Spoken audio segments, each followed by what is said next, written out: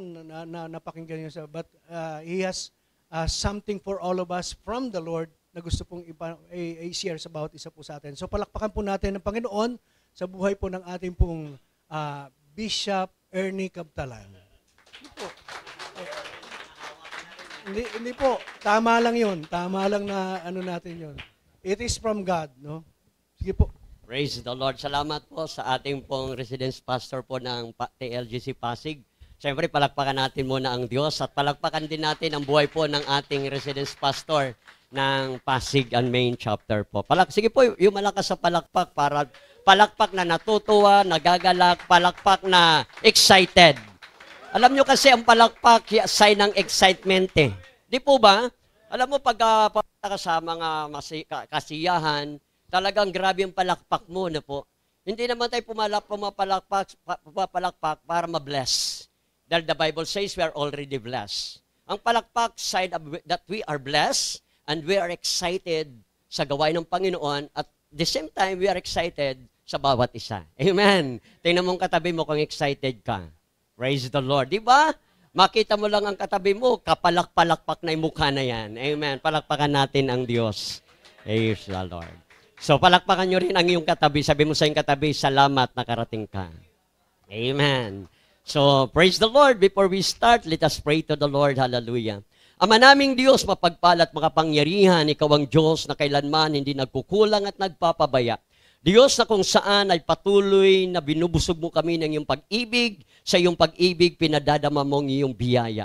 Sa oras na ito, by your grace, narito kami, Panginoon, nagsasama-sama, nagpupuri, nagpapasalamat sa iyong badakilang pangalan sapagkat dahil sa iyo, Panginoon Kristo, ang lahat ay aming natamasa. Naniniwala po kami na kami pinagpala at patuloy mong pagpapalain, higit sa lahat sa mga anak at patuloy na tumutugon, sa mga anak at patuloy tumutugon sa iyong panawagan.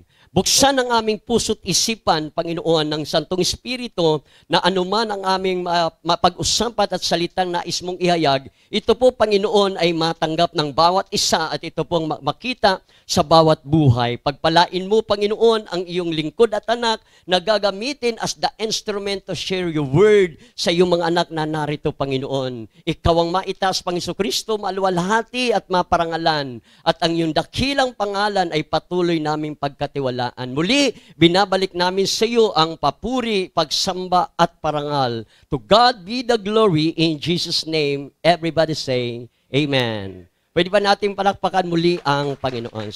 Hallelujah. So, ang ating pong paksa, ito po ang binigay ng Diyos nang habang ako ay nagme-meditate. Sabi ko, Lord, ngayon hindi na ako magmamadali kasi nakaraan, sabi nila, bilis mo. Kasi naghahalo na yung dating excitement at saka yung bang pagod ka sa biyahe dahil talagang nang pumunta kami talaga parang actually sabi nga ni Pastor Harold, aabot ka kasi parang nadi-discourage na ako.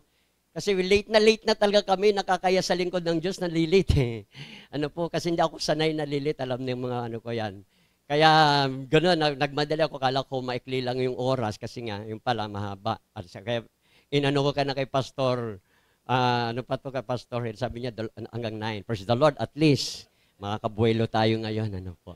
Actually, yung sinabi ng ating, yung ating residence pastor, si Pastor Dante, na nakaraan, na late po kami. Ngayon, para hindi kami malate, alas 10 pa lang ng umaga, umalis na po kami.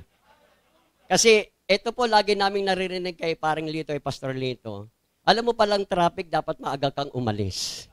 Dito yan, di ba? Alam na natin traffic, tapos alis ka ng alanganing oras. Di ba?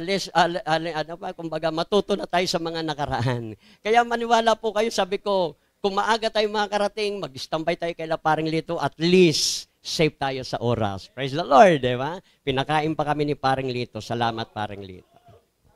Amen. Praise God. Ang sarap ng ulam namin. Hindi na namin kwento, baka pumunta kayo at pagalitan ako. So, open your Bible in the book of 1 Peter chapter 1, beginning 3 to verse 8. 1 Peter 1, verse 3 to 8. So, New Living Translation po.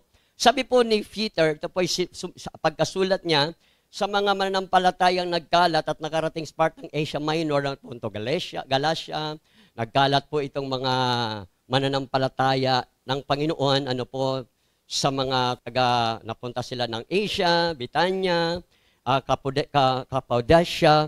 So, ito po ay mga mananampalataya na kung saan na sinulatan sila ni Peter should say, para ma-encourage sila lalo sa kanilang buhay, pananampalataya at paglilingkod sa Diyos. Verse 10, all praises to God, the Father of our Lord Jesus Christ. It is by His great mercy that we have been born again. Because God raised Jesus from the dead. Now we live with great expectation. And we have priceless inheritance. Inheritance that it's kept in heaven for you. Pure, undefiled, beyond reach, and change and decay. And through your faith, God is protecting you by His power until you receive this salvation, which is ready to be revealed on the last day for all to see. Verse 6, so be truly glad, there is wonderful joy ahead, even though you must endure many trials for a little while. Trials will show that your faith is genuine. It's being tested as fire tests and purifies gold. Through your faith, it is far more precious than mere gold. So, when your faith remains strong, through your many trials, it's bringing you so much praise, glory, honor on the day when Jesus Christ revealed to the whole world. Ang Diyos sa magpala ng kanyang salita, palakpakan natin ang Diyos na mabuti at dakila. Praise the Lord. Ayan. Wala yata yung aking kodigo. Praise the Lord. Masarap mag-preach kapag may nakapag-aral. Mahirap mag-preach na hindi mo pinag-aralan. Praise the Lord. Una sa lahat, syempre, it is privilege na makatayo po rito. Alam nyo, sabi ko nga naghahalong excitement at kaba kapag tumayo ka. Kaba kasi syempre, ibang level. Kasi, di ba, kumbaga nandito ka sa main. Nakaka-excite naman kasi isa kang pinagkatiwalaan ng Diyos, pinagkatiwalaan ka ng Panginoon makapag tumayo sa mga lingkod niya, at pinagkatiwalaan tayo ng ating bishop na, di ba, na tumayo. Ibig sabihin, kapag pinagkatiwalaan kang tumayo para mag-share ng gospel, sarapan ng mga tupa ng Panginoon na pinagkatiwala sa ating bishop at kay Pastor Dante, malaking pribilehiyo na pagkatiwalaan ka. Kaya dalawa yan, excited ka at kinakabahan ka. Pero ang mahalaga, di ba, patuloy tayong nagpapatuloy sa kabila ng lahat ito na ihayag ang mabuting balita. Amen! So bago magpatuloy, binabati ko po yung mga nanonood, syempre dyan sa mga kanilang tahanan, sa ibang bansa, di ba yung aking mga kapatid, anak sa pananampalataya sa Life Giver GVC, Dasmariñas, Cavite. Patuloy lang po kayo manood, panoorin niyo po ito, kawawa naman po ako. Joke lang. So binabati po rin po namin aming bishop, nandiyan po, siya po ang leader po ng mga nagrarally ng mga Israeli ngayon. Kasi nakita namin kanina po sa Facebook, siya po parang siyang leader kasi nakapati sila, siya po yung naka-blue. Ibig sabihin, pag iba yung kulay, siya yung leader. Tapos sabi ni pastoran kanina, ang ganda, ang puti, ang ner. Baka na. I love you, Bishop. Bumawi, baka pagbalik, wala tayong praise the Lord. Yung ating tatalakayin, the assurance being born again. Katiyakan, sa pagiging born again. Pag sinabing born again, ito po yung mga pinanganak na muli, di ba? Marami mga Kristiyano, alam nyo kahit Kristiyano na, minsan may mga Kristiyano para bagang pag tinawag mong born again, parang born again ka, hindi, member lang ako ng church. Para sa kanilang born again, parang hindi ka, di ba, parang hindi ka proud eh. Kasi nga, pag ang born again kasi, para bagang naging daan ng tukso. Di ba? Parang, ay, born again yan, praise the Lord yan. Kaya minsan, pag tinawag ka sa labas ng born again, parang, Christian ako. Minsan, ang iba hindi proud pagiging born again. Pag tinawag ka born again, hindi Christian kami. Actually, sa Bible, wala naman kayo mapapansin, sinabi ng Panginoon, you must be a Christian. Pag hindi ka naging Christian, you cannot enter the kingdom of God. Actually, ang salitang Christian ay insulto po dati sa kanila. Na para baga kasi they are persecuted, pag tinawag silang Christian, parang na-expose sila ng tagasunod ni Jesus, possible na sila ay mahuli. Kaya pag tinawag sila noong Christian, parang natatakot sila. Para bagang, di ba, kumbaga para bagang binubuyo, para bagang ini-expose ka na ito'y Christian. Kasi alam naman natin yung the early church, ang mga Christian noon ay persecuted. Sila po pag nalaman nila na ang mga tao noon ay naniniwala kay Jesus, na si Jesus namatay at muling nabuhay, huhulihin. At kaya pag na-identify sila as a Christian, hinuhuli. So sa kanila noon, ang identity as a Christian, hindi po binipisyo sa kanila. Sapagkat even Christ, hindi naman niya sinabi, go preach the gospel and make Christian. Ang sabi niya, make disciple.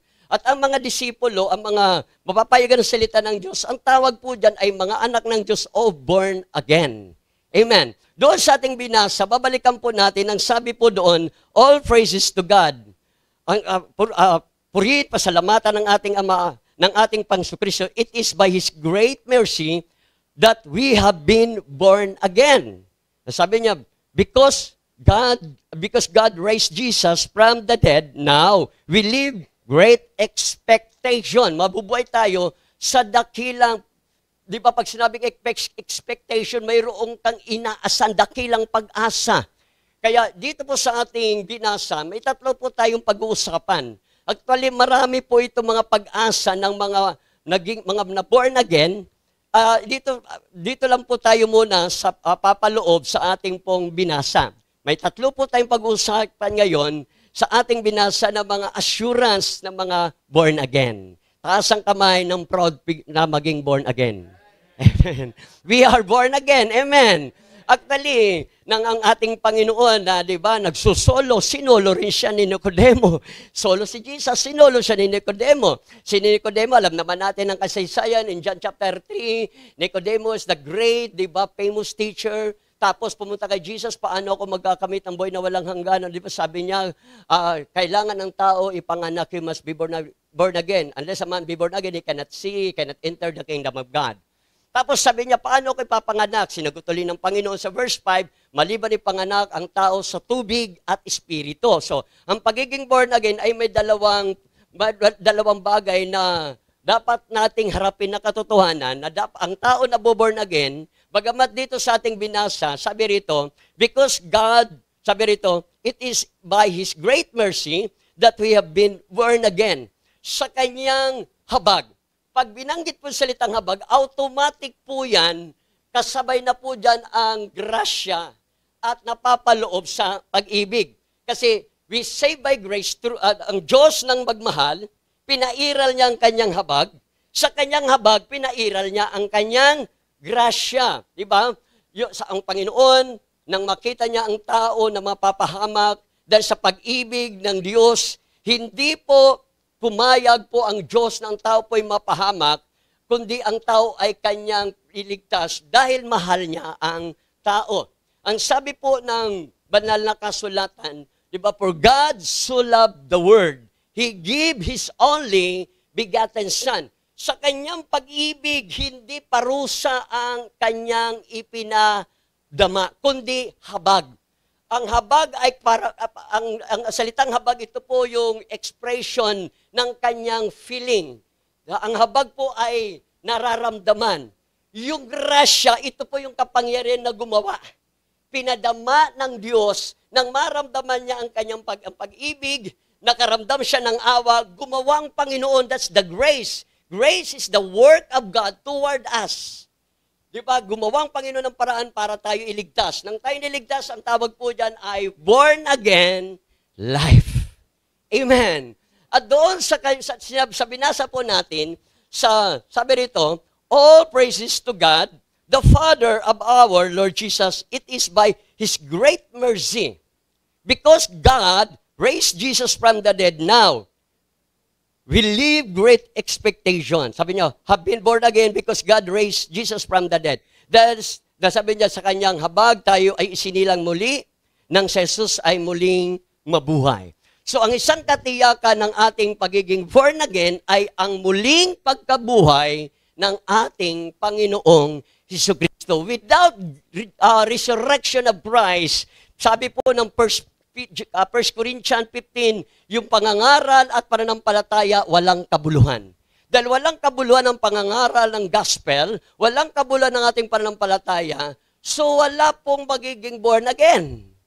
Kaya walang kabuluhan. That thanks be to God, nang mamatay ang ating Panginoon, namatay ang ating lumang buhay. Nang muling mabuhay ang Panginoon, binigyan tayo ng bagong buhay. Ang buhay na yan ay ang born again life. Amen. Pwede pa natin palakpakan ang Panginoon. He gave us the born again life. At ang born again life, available, kaya nga lang, dapat may response. Diba parang the salvation is available. Yes, nang si Jesus mamatay sa cross, ang kaligtasan ay available. Pero dapat may response po yung tao, bagamat ang salvation ay through the grace of God, pero may response. Diba?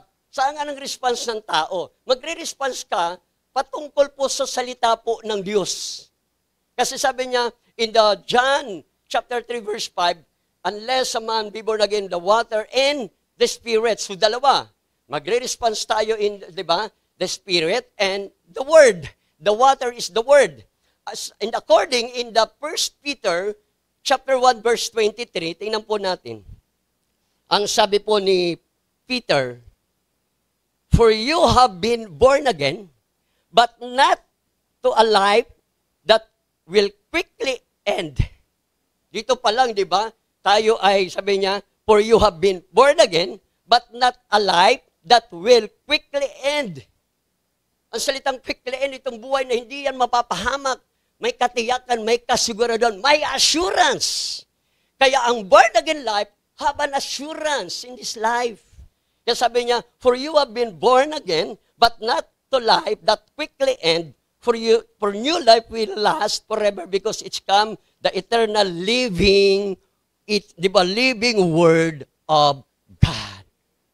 Kaya, hindi pwedeng ma-born again ng tao, even though kahit nang born again, sabi, pagiging born again available, pag hindi po tayo, hindi natin nanabi ko, hindi natin tinanggap, pinaniwalaan ang salita ng Diyos, wala po magaganap na born again. Hello. But hindi lamang po, Word of God, ang sabi niya, Spirit. Diba? Balikan natin ang John 3, verse 5. Ang sabi doon, tingnan mo nga natin. Jesus replied, surely no one can enter the kingdom of God without being born again. The water, what is the word of God? In the Spirit. So, pangalawa, Spirit, di ba, Spirit. So, ang tao po ay na-born again by the Spirit of God. Hallelujah. Kaya kung wala po yung Espiritu ng Diyos, hindi tayo maboborn again. Kaya napakalaga po na tayo po ay maniwala po na may Santong Espiritu. Na dapat tanggapin natin ang Santong Espiritu. Kasi maraming katuruan, sila'y ama lang, walang anak, walang Espiritu. Mayroon silang ama, may anak, walang Espiritu. The Spirit of God is only the part of the power of God. Yung Espiritu ay binigay lang para, di ba, isang kapangyarihan ng Diyos para sa kanila. No. Tayo po'y naniniwala sa tatlong persona sa isang Diyos. The Father, the Son, is the Holy Spirit. Ang Espiritu ay the person. Persona po na mayroon function, may ginagawa sa ating buhay. Hindi naman nating topic yung Spirit of God, kaya hindi na natin itong i-elaborate. Baka hindi lang 9 tayo matapos, baka 11 pa. Baka naman sabi yung pastor, sumobra ka naman. Ano po, pwede ba natin palakpakan ng Diyos? But gusto ko lang natin, di ba, kailangan ang taong na-born again ay water and spirit. Now, tingnan po natin. If you are born again, ibig sabihin, you have the Word and you have the Spirit. Kung may salita ka ng Diyos at may Espiritu Santo ka, maniwala ka, mabubuhay ka ng may katiyakan dito sa mundo. Amen. Dahil ang ating pag-asa is the Word. Lalo na ngayon. Hallelujah. Amen. Na talaga naman makikita natin grabe na ang nangyayaring gulo, sama. Diba? Sa ating bansa, may mga lindol, may mga, diba? Kahit paano nakakaranas din tayo ng mga digmaan din part ng panig ng bansang Pilipinas, may away. Tapos ang bigas na yon, yung 20 naging 60. Senior na. So makikita po natin, this sign of the end times. Di ba, lagi na, actually, na pinahayag na ng ating bishop, sinabi rin naman ni Paul sa book of Timothy, di ba? Sulat ni Paul kay Timothy, sa huling araw, magkakaroon ng kahirapan. So, makikita nyo, kahit anong hirap ang dumaan, kung born again ka, may pag-asa ka. Kung born again ka, may katiyakan ka. Na anuman mangyari, secured and assured ang buhay mo dito. Amen! Kaya dapat proud tayo. Amen! So, itong ating binasa, di ba, ang mga mananampalataya ay, they are persecuted. Persecuted na sila po ay dumadaan din ng mga trials. Kasi nga nagtatago sila eh. Kung kayo nagtatago, syempre financially apektado ka. Di po ba? Katulad ng pandemic, nagtago ang mga tao, kahit ayaw mo, magtatago ka talaga. Kasi pag lumantad ka, hulihin ka. Di ba apektado ang financial, economic? So, doon sa panahon na yon, hindi, kumbaga, persecuted na sila, may mga suffering pa sila, di ba, sa kanilang sarili, sa kanilang pangangailangan. Kaya nga mapapansin po natin si Paul, kinausap niya mga taga-Korintiyan, pwede ba magkaroon tayo ambag para yung ating maambag ay dadali natin sa mga kapatid natin sa Jerusalem para matulungan natin sila financially. Kasi nga, lalo na sa Jerusalem, sapagkat naroon ang sentro ng mga umuusig sa kanila. Kaya hindi sila, di ba, hindi sila makapamuhay ng maayos. Nagtatago. Paano ka makakapaghanap buhay ng maayos kung nagtatago ka? Kaya sumulat si Peter to encourage them. At binigyan niya ng emphasize kung ang pagiging born again. Kung born again ka, anuman mangyari sa mundo, huwag kang mag-alala sapagkat may katiyakan ka sa buhay na ito. Amen. That's the reason why Peter wrote, di ba? Kasi ang pagkatapos ni Stephen mamatay, natakot po ang mga mananampalataya sa Jerusalem, nag-scattered po.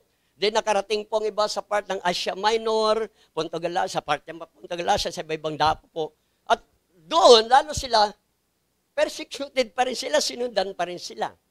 Kaya itong sulat na ito, it's encouragement ni Peter sa kanila. Ito po'y para sa kanila, sulat ni Peter. Paano naman tayo? Hindi naman pala ito para sa atin. Kung ito'y word of God sa kanila, maniwala po kayo, ito po'y word of God din sa atin, sapagkat sabi ni Paul kay Timothy, ang kasulat ay kinasiyahan ng banal na Espiritu. Di ba? Inspired by the Holy Spirit. Kaya ang Bible, marami nagsasabi, yan po'y gawala na ng tao. No, sinulat ng tao, pero ang Diyos po ang may kinalaman. Amen. At tingnan po natin, may tatlo po ritong sa ating binasa from verse 3 to 8, may tatlo po dito na pinakitang pag-asa. Diba? Na anuman mangyari, magkalindol na, magkabagyo na, magkagutom-gutom na, hindi ka matitinag. Magiging matatag ka pa rin. Diba? Kasi alam mo, being born again, ang salitang born again, being a son of God, diba? Ikaw ay anak ng Diyos, may katiyakan ka na hindi ka kayang matinag. Now, una, tingnan po natin ang verse 3. Balikan po natin yung binasa natin sa verse 3. Sabi doon. All praises to God, the Father of our Lord Jesus Christ. It is by His great mercy that we have been born again because God raised Jesus from the dead. Now, we live with great expectation. Tapos in verse 4, and we have, sabi niya, great expectation, and we have a priceless inheritance, an inheritance that it keep in heaven for you, pure and undefiled, beyond reach of change and decay. Anong klaseng katiyakan ito? Ang tawag po dyan, heavenly assurance. Amen? Na gustong pasabihin ni Peter sa kanila, ano man mangyari? Kahit mamatay kayo dyan sa iyong panampalataya, huwag kayo mag-alala. Langit pa rin kayo. Sapagkat maniwala po kayo, yung physical nating katawan, mawawala ito. Hindi man tayo mamatay, pumanaw sa sakit, karamdaman, sa hirap. Siguro sa haba ng buhay, hindi rin tatagal ang katawang ito. Kasi di ba, alam naman natin sa Genesis 900 plus, Pagkatapos kay Noah, 120. Pagdating kay David, 70. So, ibig sabihin talaga, mawawala. Pero maniwala po kayo, anuman ang mangyari sa inyo dito sa lupa. Magkagera, magkagutom na, wala ka ng makain, wala ka ng pera, parang mamamatay ka na sa pagsubok, hindi ka pa rin matitinag sapagkat sa langit mayroon kang mana na tatanggapin, the eternal life. Ang sabi ni Paul, kung nakatingin lamang ako ang mga bagay sa mundo, kawawa ko. Si Paul, bakit ang lakas ng kanyang pag-asa na kahit persecuted, kahit may pagsubok, kahit sabi niya, lahat ay pinagdaanan niya, maghibaran, magutom, inusig, di ba? Naging matatag, nagpatuloy sa hangganan. Alam mo kung bakit? Hindi ang pag-asa ni Pablo sa mundo at sa lupa. Ang kanyang panging pag-asa ay ang langit, sapagkat ang langit ang eternal nating tahanan. The Bible says we are only alien. Amen. Estranghero ka lang. Hindi po masama na tayo po ay, di ba, na magkaroon ng pangarap sa mundo, yung mama magkaroon pagkain gamit. Pero, ang mahirap yung maging makamundo, na para bagang ayaw mo nang umalis sa mundo. Hello? Alam nyo, sabi nga gano'n, ang kamatayan hindi kinakatakutan. Sino ang hindi natatakot mamatay taas ang kamay? O sige, mauna po kayo. Hindi, joke lang. Hindi, joke lang. Joke lang. Di, baka mamaya, naku, Pastor Ali, baka mamaya, di ako makauwi rito. Taga rito ka pa naman. Hindi, joke lang. Di ba? Totoo, hindi totoo yan. At actually, ito. Sabi ko kay Mrs., pag nakagraduate yung ating bunso, handa na ako. Humarap sa... Totoo, sabi ni Mrs. Sabi ni Mrs., sabay tayo. Di, totoo yan, ha? Kasi sabi ko, di ba yan? Kung titingnan mo yung mundo, mawawalan ka ng pag-asa eh. Di ba? Sabi, kung titingnan mo yung mundo, bibibigo ka lang eh. Di ba? Sabi ko, dito sa mundo, kung wala ka mang pag-asa, hindi ka pa rin mawawalan ng pag-asa. Sapagkat ang buhay natin bilang mga anak ng Diyos at born again, malaking pag-asa sa langit. Kapiling ang Diyos, walang sakit, walang hirap, walang dusa, luha mo ay kanyang papayaran. Amen. Palakpakan natin ang Diyos. Amen. Kaya nga, if you born again, ano mangyari? Oh, malapit na mag-go ng mundo. So what? Amen. Ay, nako, wala nang pag-ulipang, gulo-gulo na. Eh, ano ngayon? Di ka natatakot. Why? Mayroon kang katiyakan. Mayroon kang tinatawag heavenly assurance. Yung heavenly assurance, ang tawag dito sa ating binasa, living with a great expectation. Ang salita pong great expectation sa New King James Version, living hope. Sa Titus ang tawag, blessed hope. Ano yung pag-asa natin? Ang pag-asa na lang natin ay ang pagbabalik ng ating Panginoon. Kaya nga, ang early Christian, sa hirap ng kanilang pinagdadaanan because they are persecuted, sumisigaw na lang sila ng Maranatha. Jesus, bumalik ka na. Why? Kasi ang pag-asa na lang natin ay ang pagbabalik ng Panginoon, the rapture of the church. Amen. Are you excited? And we are excited. Excited ba kayong pagbabalik ng Panginoon o natatakot? Lord, huwag ka mo nang bumalik. Kasi may mga utang pang hindi nagbabayad sa akin. Lord, ka mo nang bumalik kasi yung aking pangarap di pa natutupad. Kaya ganun, ano? Diyos ko, kung babalik kayo ng Panginoon, maniwala po kayo. Baka tumambling tayo sa tuwa. Kung sinabi ni Kristo sa krus ng Kalbaryo, it is finished. Pagbabalik ni Jesus, sisigaw rin tayo, Lord, it is finished. Amen. Palakpakan natin ng Diyos. Amen. Si Jesus sumigaw sa krus, finish. Tayo sisigaw ng finish pagdating ng ating Panginoon. Kaya that's great expectation, living hope. Sa Titus chapter 3 verse 13, blessed hope. What is the blessed hope? Yung pagdating ng Panginoon sa lapaap na kukunin niya ang kanyang iglesia, 'di ba? At kanya ng mga kasama magpakailan pa man. Imagine, 'di ba dati alam niyo po ba ito? Sumasamba ka, nararamdaman mo lang, tuwang-tuwa ka na. Di ba pag sumamba ka, parang nararamdaman ang presensya ng Panginoon, umiiyak ka na eh. How much more kaya, hindi mo lang nararamdaman, kitang-kita mo't mukha-mukhaan ang Diyos. Hello? Di ba yung bang sumasamba ka lang, tapos nararamdaman mo siya, di ba napapaiyak ka? Di ba, alam ko na nangyayaring kay Pastor Dante, kay Pastor Alex, may pag sumasamba yan, pag nararamdaman ng presence ng God, mapapaiyak ka eh. How much more kung makikita mo na siya? Makikita mo siyang hindi bato, kahoy, at hindi nakapako sa dingding. Makikita mo si Jesus, buhay na buhay, mukhaan, at nagsasabi sa iyo, welcome, my good and faithful servant.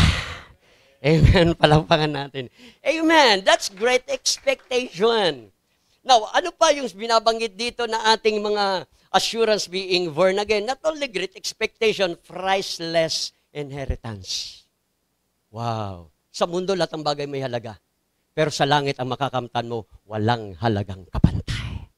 And who is our inheritance? Jesus is our inheritance. Sabi ng Bible, aanin mo ang yaman ng mundo, makamit mo ang lahat ng yaman ng mundo, mapahamak ang iyong kaluluwa.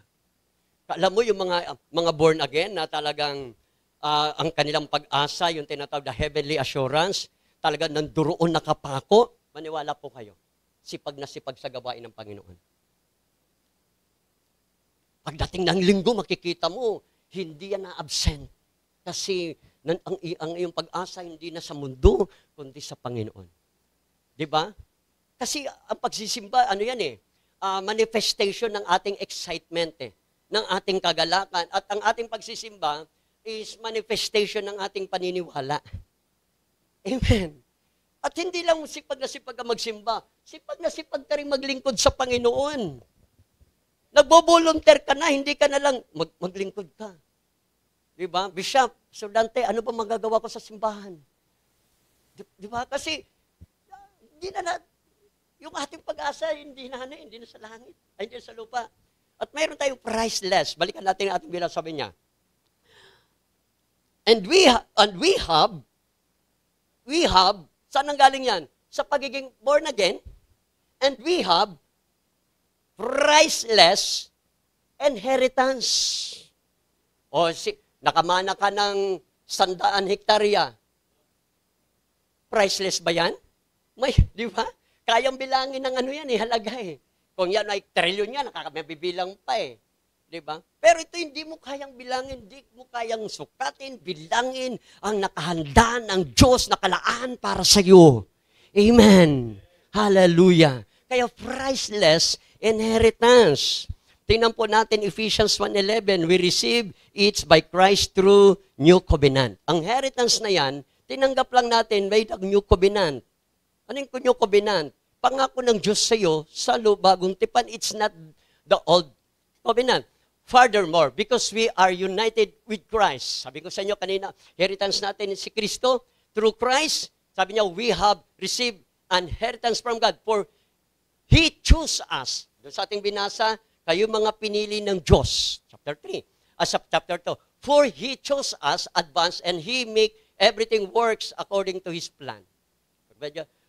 Sabi niya rito, He received an inheritance from God. For choose us in advance and He makes everything work out according to His plan. Tingnan po natin sa New King James Version. Sa makisuyo lang po. Agamat makikita natin dyan, ano po, inheritance from God. In Him also have obtained inheritance being predestined according to the purpose Him who works all things according to the counsel of His will. Ang ating inheritance, gusto ng Diyos. Hindi mo gusto. Ito makinig. Pag gusto mo lang, may amount. The Bible says in the book of Ephesians chapter 2:20, magagawa niya ng higit pa sa iyong hinihingi at iniisip. Hayaan mo lang ang Diyos, hayaan mo lang yung grasya ng Diyos ang siyang kumilos sa iyo, maniwala po kayo. Hallelujah. Masasatisfied po kayo sa ating pong inheritance na priceless. Amen. Hebreo chapter 9:15 pala. Tingnan din natin Hebreo chapter 9, verse 15. Tingnan natin. Hebreo chapter 9, verse 15. Yan, praise the Lord. Ano to? Kala ko ano eh. Touch. And for this reason, He is the mediator.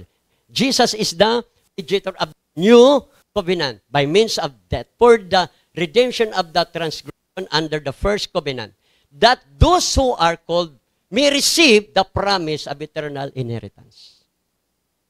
Pag sinabing eternal inheritance by grace, natanggap mo ang mana mo, hindi dahil ikaw ay mabait. Alam mo, sa pamilya, pag mabait ka, malaki ang mana. Pag salbahe ka, maliit ang mana. Pag ikaw ay bunso, maraming mana. Pag kalagitnaan, di ba sa pamilya, ang nakakalamang panganay at ang kalagitnaan ay tira-tira.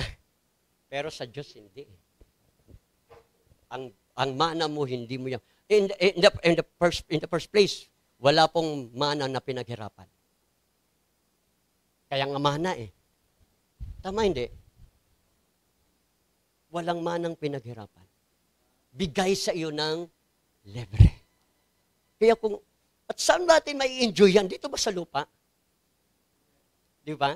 Yes, may enjoy yan sa lupa, pero, hallelujah, ang fulfillment yan nandoon. Kaya nga eternal inheritance. Now, tingnan po natin. In the book of Ephesians 1:14, sabi roon.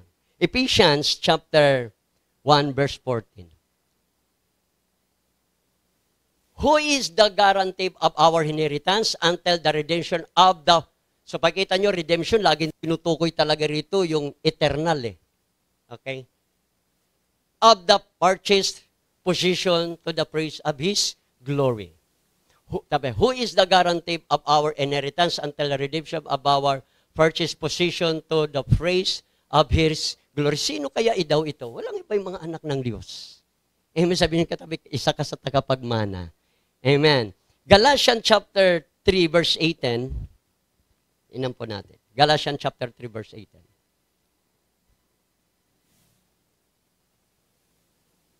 Yan. For if inheritance is of the law, it is no longer promise.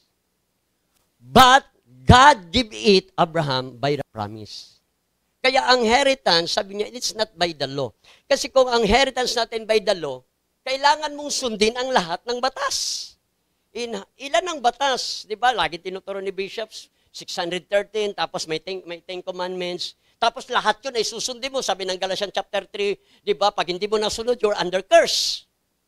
So kung under curse ka, wala kang inheritance. Amen. Because you are outside the promise of God. But thanks be to God. Dahil sa ibinigay ng Diyos, ito ay pangako.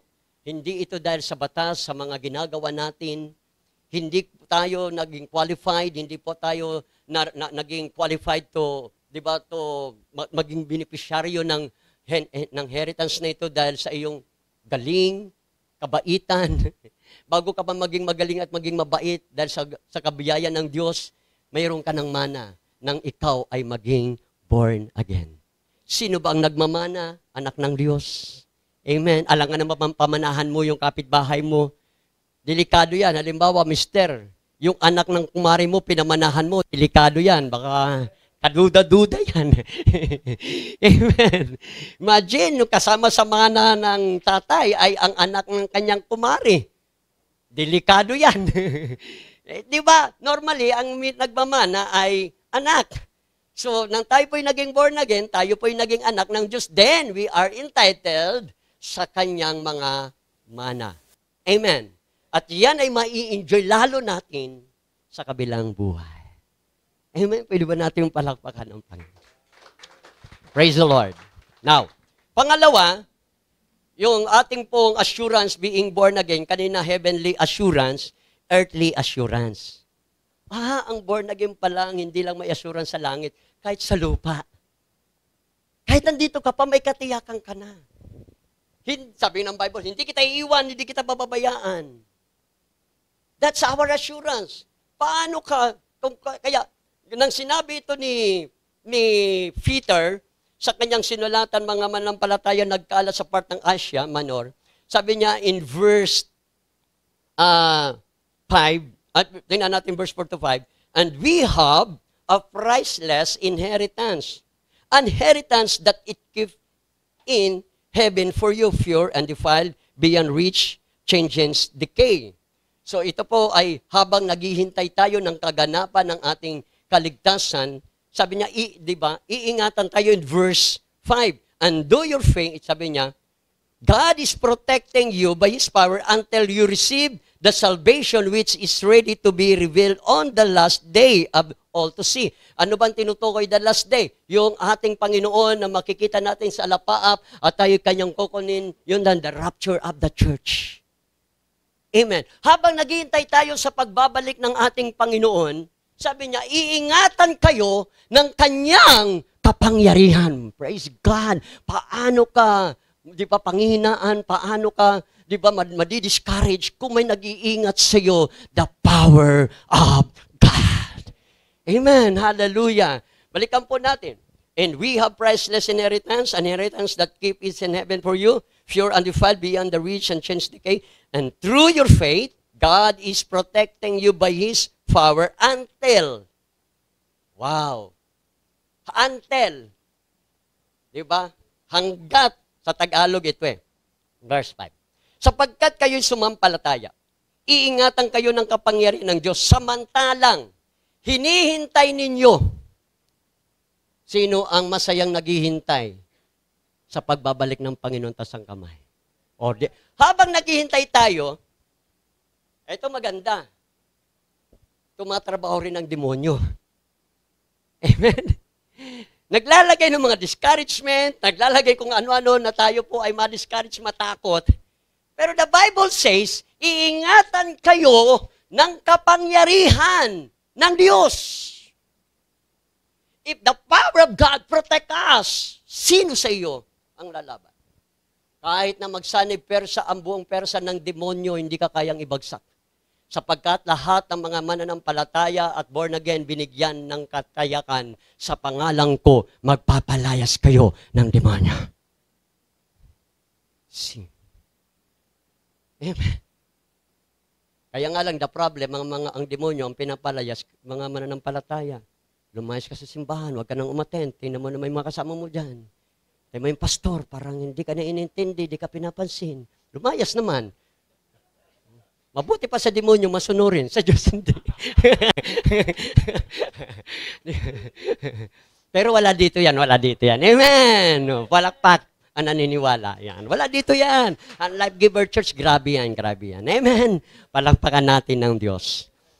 Diba? Sabi niya, sapagkat kayo'y sumampalataya, iingatan kayo ng kapangyarihan ng Diyos. Sino nag-iingat? The power of God. Sino yun? Ano yung kapangyarihan ng Diyos? It's the power of God. First is the power of the Holy Spirit.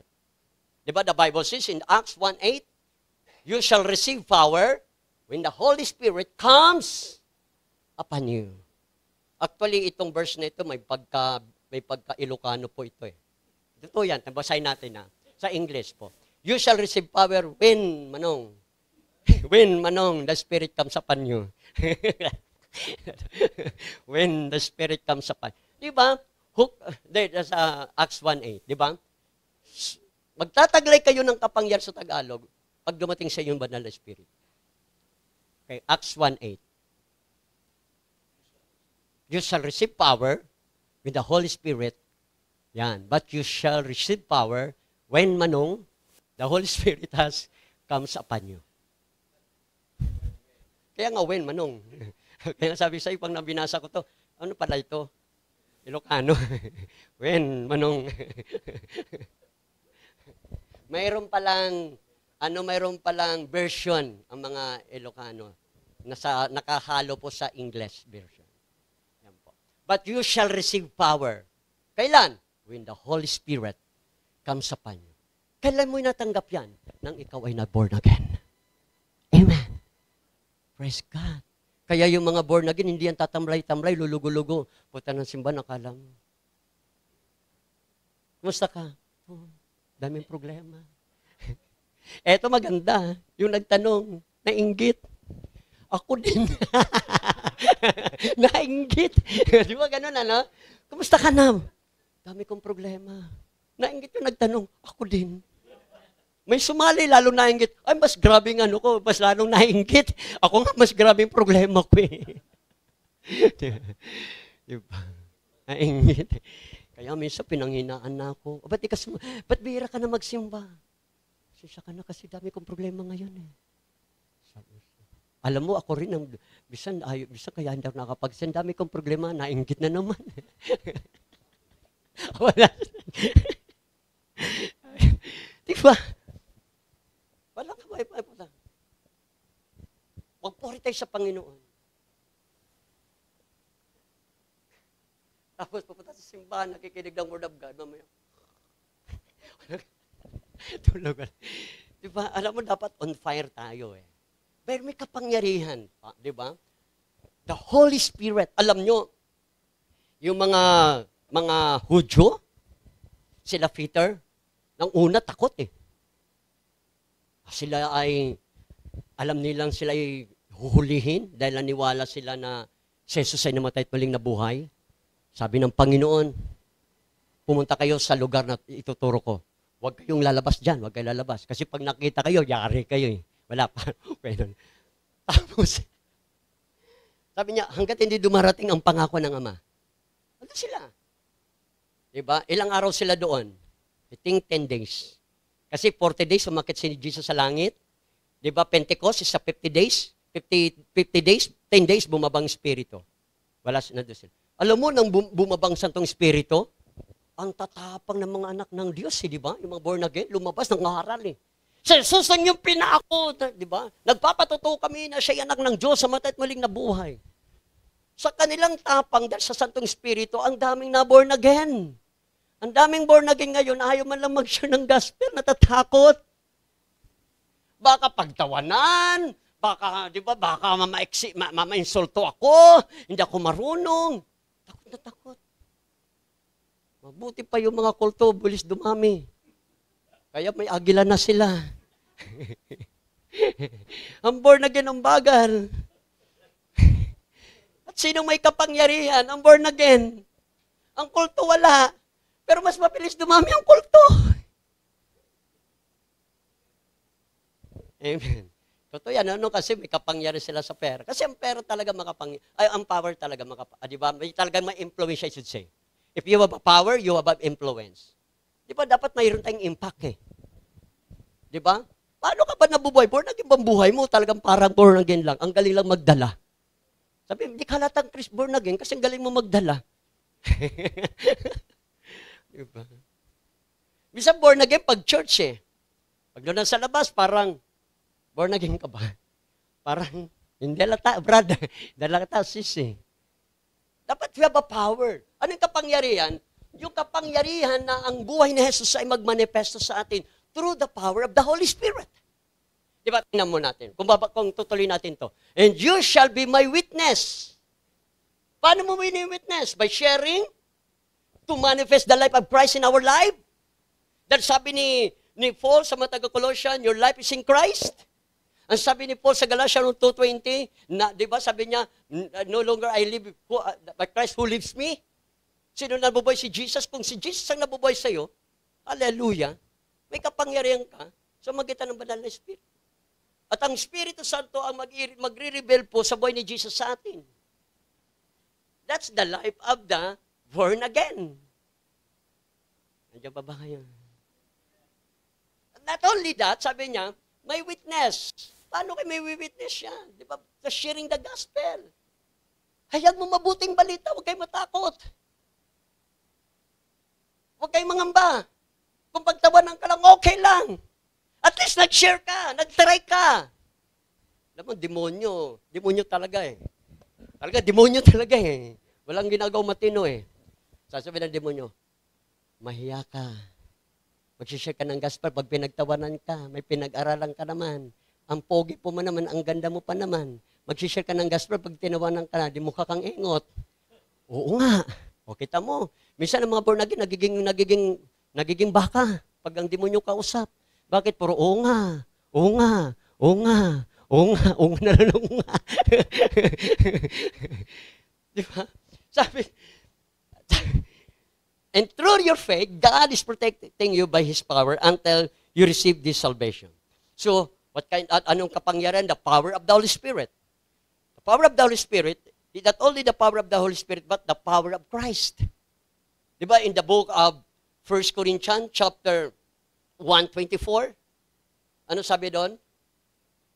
Sa Hintil at Tudyo, si Jesus ang kapangyarihan at karunungan ng Diyos. Tingnan natin. But to those who called by God to salvation, both Jew and Gentile, Christ is the power. Wow. Ang tanong, sino kaya ang higit pa kay Kristo? Mayroon pa? Kaya nga sabi ng, di ba, sabi ng book of, ng Roma chapter 8, if God is with us, who can be against us? Kung kasama si Kristo, hindi ka pa nagpapalayas ng demonyo, tumatakbo ng demonyo. Amen. Di ba nang si Jesus ay pagkatapos tumawid di ba, ng ilog, ng lawa? Tapos na minadaanan siya na isang mama, na hindi ko kamukha, huwag kayo tumingin sa akin. Inalihan ng masamang espiritu, at tinanong, sino, di ba? Hindi pa pinapalayas, ha? Nagmakaawa na eh. Di ba, the Son of the Most High God. Bakit ka narito? Papahirapan mo kami? Wala pang ginagawa si Jesus. Natakot na. Ano sabi niya? Pwede ba, pahayagan mo na lang kami pumunta sa baboy? Sabi ni Jesus, your wish is your, di ba? The use is yours. Pumunta doon. Lalaglag mga baboy, patay. Imagine, hindi pa kinakausap ni Jesus. Hindi pa kinukol ni Jesus yung attention. Hindi pa sumasabi si Jesus, in the name, my name, get out in Jesus' name. Oh! Tumakbo ng demonyo. Natakot na.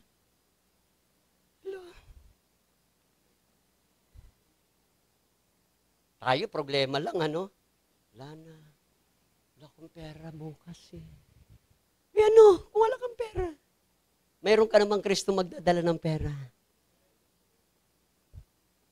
Wala akong di ba? Wala ng buhay ko. Walang trabaho, mister ko. May Espiritu Santo ka naman na nagtatrabaho sa'yo. The Spirit works, the helper of di ba? The power of God protect us. Di ba? That's assurance of being believer o born again. Kaya pag nalamang born again ka, maniwala po kayo, tatambling ka talaga sa tuwa pag naunawaan mo. Amen. Nandiyan ba kayo? Pag alam mong born again ka, tatambling ka talaga sa tuwa kahit hindi ka marunong tumambling. Grabe, Alam mo, marami yan. Tatlo lang ibibigay ko sa inyo. Kasi, sabi ni Pastor, hanggang anong oras ka lang ganyan. Pag sumobra ka dyan, delikado buhay mo. Mahal ko pamilya ko, kaya gusto ko pa makita ako nila. Praise God. Hallelujah. Kaya, the power of God is the Holy Spirit. The power of God is our Christ Jesus. Kaya kung nasa ang Panginoon, maniwala po kayo. Walang problema, walang pagsubok, walang demonyong pwedeng makabagsak sa iyo sapagkat mas makapangyarihan ka sa kanilang lahat. Pangatlo, eto iwan ko kung matutuwa kayo. Assurance being born again, certainly you have trials. Tiyak yan. Amen. Certainly, you have trials. Di ba sabi rito sa ating binasa? So, verse 6, so very truly glad. Di ba sabi niya? Magalak kang totoo, wag yung pakungwaring galak. Masaya kang. Singiting aso eh. So, alam mo yung pagdating ng pagsubok, totoo yung saya mo? Ang tawag dyan, overcomer. Pag totoong saya mo, overcomer. Pag hindi totoong sayaw mo dyan, ang tawag dyan,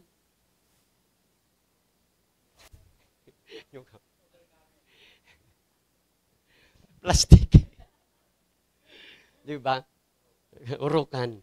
So very truly, God, there is wonderful joy ahead when even you must endorse many trials a little while. These trials will show that your faith is genuine. Okay, kita nyo, sabi niya, magsaya ka. Bakit? Dadanas ka ng problema.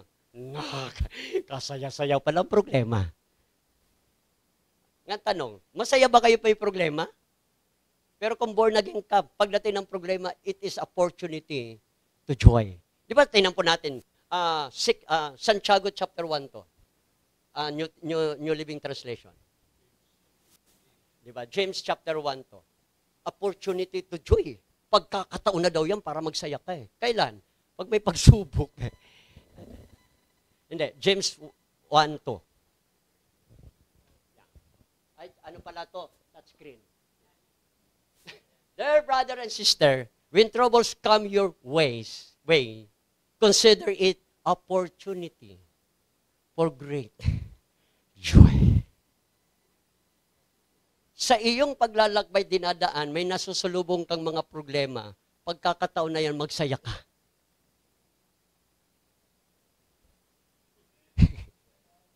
Wala kang pera, pagkakataon na magsaya ka. May sakit ka, pagkakataon na magsaya ka. Sabi ni James, alam mo yung mga sinulatan niya rin, di ba? Under trials din sila, under persecution. Ang kagandahan pa nito, mga mananampalataya, sinulatan ni James, sila nag-aaway. Kasi sabi ni James, pwede ba, tigilan nyo ng inyong mga iringan? Di ba, sinaway niya. May problema na nga, persecuted na nga sila ng kanilang pagiging born again. May problema pa sila sa sarili. Sila nag-aaway sa simbahan. Pero sabi ni James, kung meron kayo na-encounter na sa salubong ng mga problema, pagkakataon na magsaya ka na. Magsaya ka na. Kaya ito yung sinabi rin ni Peter. Sabi niya, so very truly glad, there is wonderful joy ahead. Ano ba yung ahead? Diba? Pag may problema rito, ang kasunod kagalakan. Sabi ni James, pag may nasa lubong ka problema, opportunity to rejoice. Why? Because ang kasunod yan, kagalakan. Nandiyan pa ba kayo? Why? Bakit kaya kasunod yung kagalakan? Balikan nating binasa. So, very truly glad, there is wonderful joy ahead, even though you must, ano you must? Dapat. So, hindi mo talaga pwedeng matakasan, Kahit saan ka magpunta, kahit saan ka, sa lahat ng pupuntahan mo, kahit sa ilalim ng bangkot lamesa, magtago ka sa kwarto at CR, may problema. Di ba sabi ng bayan ni Jesus, in this world, you have tribulation. Sa mundong ito, ang ating may counter for tribulation. Pero kahit may pagsubok, may tribulation, sabi niya, magsaya ka. Yung totoong kagalakan. Alam mo yung totoong kagalakan, ito yung mga born again. Why? Balikan natin. Endure many trials for a little while. Ito maganda. May pagsubok, maikli lang. Alam mo bakit tumatagal? Apektado ka. Pag naapektuhan ka na ng pagsubok, tumatagal. Pinapatagal mo eh. Dapat hindi pinapatagal ang laban. Bakit? Makapangyarihan ka eh. Paano patatagalin ang laban na makapangyarihan ka? More than conqueror, pinatagal mo ang laban. Kasi hindi mo alam that you have power to overcome that kind of temptation or trials.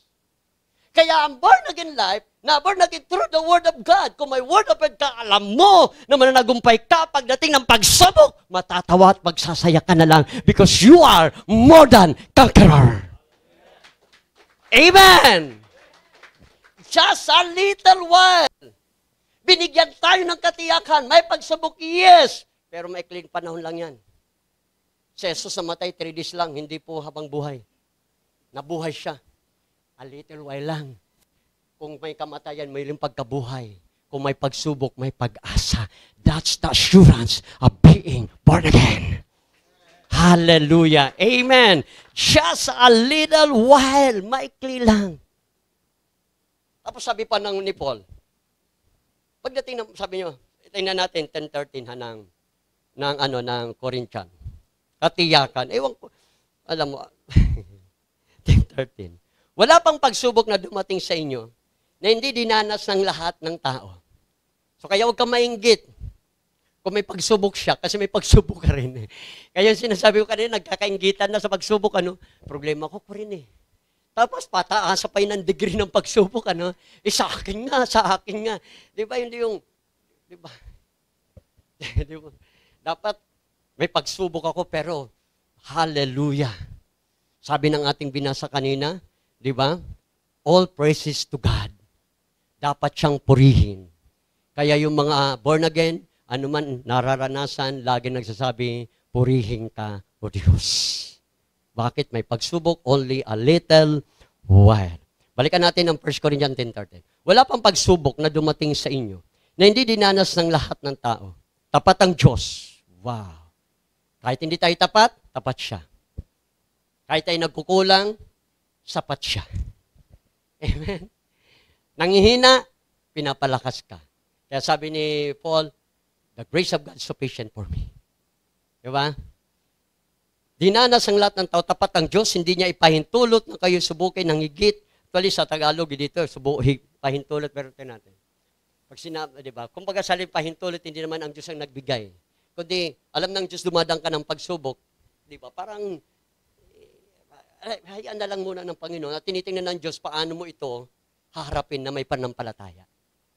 Kasi ang pananagumpay, binigyan na ng Diyos eh. Ang tanong, gagamitin mo ba? Lahat binigyan na ng Diyos eh.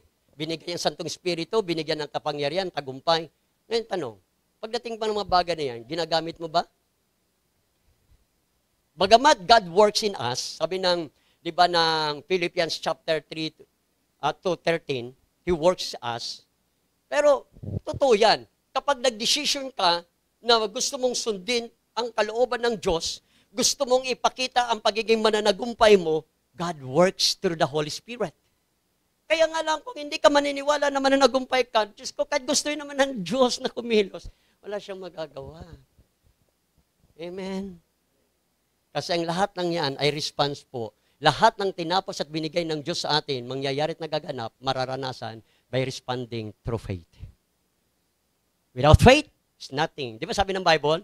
Nothing impossible to God through the faith.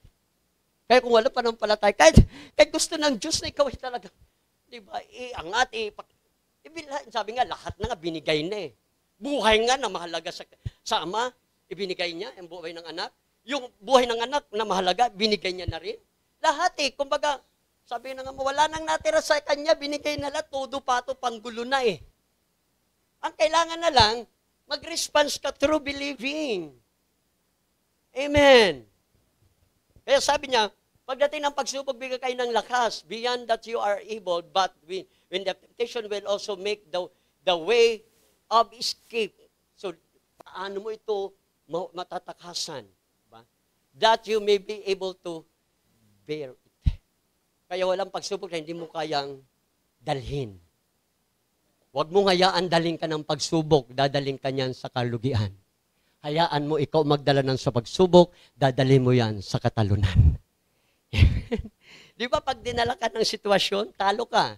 Pero pag ikaw ang nagdala ng sitwasyon, panalo ka. Amen? Palakpakan natin ng Diyos. Now, alam niyo mga kapatid ko sa Panginoon, ito'y lagi nating naririnig. The book of Hebrews chapter 13 verse 5. Di ba nung sabi niyo doon? Tingnan natin. Hebreo. Do not love money. Ang salitang do not love money, hindi naman lang basta pera lang. Ibig sabihin, huwag ka nang masyadong humaling sa mundo. Sa mga alalahanin. Kasi ang pera, nagdadala talaga yan ng alalahanin eh.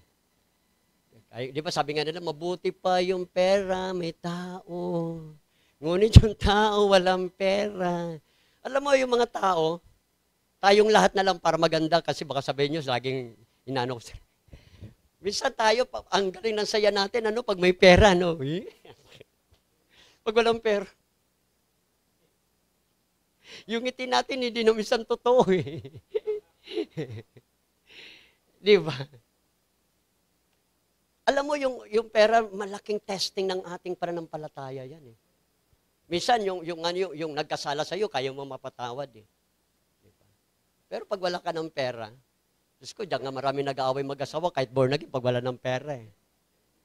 Dati, pag may pera, sabi ng babae sa kanyang asawa. Pag dumating si mister, may pera dala. Oh, sweetheart, halika rito po. Gusto mong kape? Oh, chinilas. Oh, masayang kita, sweetheart. Eh, nawalan ng trabaho yung si mister. Sabi ni mister sa asawa niya, sweetheart, timpla mo ko ng kape. Anong timplan? Buhusan pa kita ng kape. Sweetheart, masahiin mo naman ako. Masahiin. Balihan pa kita ng buto eh. Tama. Actually, kaya dito sinabi niya, don't love money. Kasi nga, maniwala po kayo, ang malaking issue lagi ng tao ngayon, pera. Hindi ba sa pera, sabi ni Paul kay Timothy. But the love of money, kaya nga lagi may nauna, love, love, love, me do. Di ba? Love, love, love, me do. You know, I love you. It's so please. Sabi niya, Pastor, kantahin mo na lang yan para magsayawan na tayo. Don't love money. Be satisfied with what you have. Ano bang mayroon ka ngayon? Inheritance. The heavenly. Anong mayroon ka ngayon? Power. Di ka pa ba nakokontento dyan? Listen, ang pera hindi magdadala ng satisfaction hanggang langit.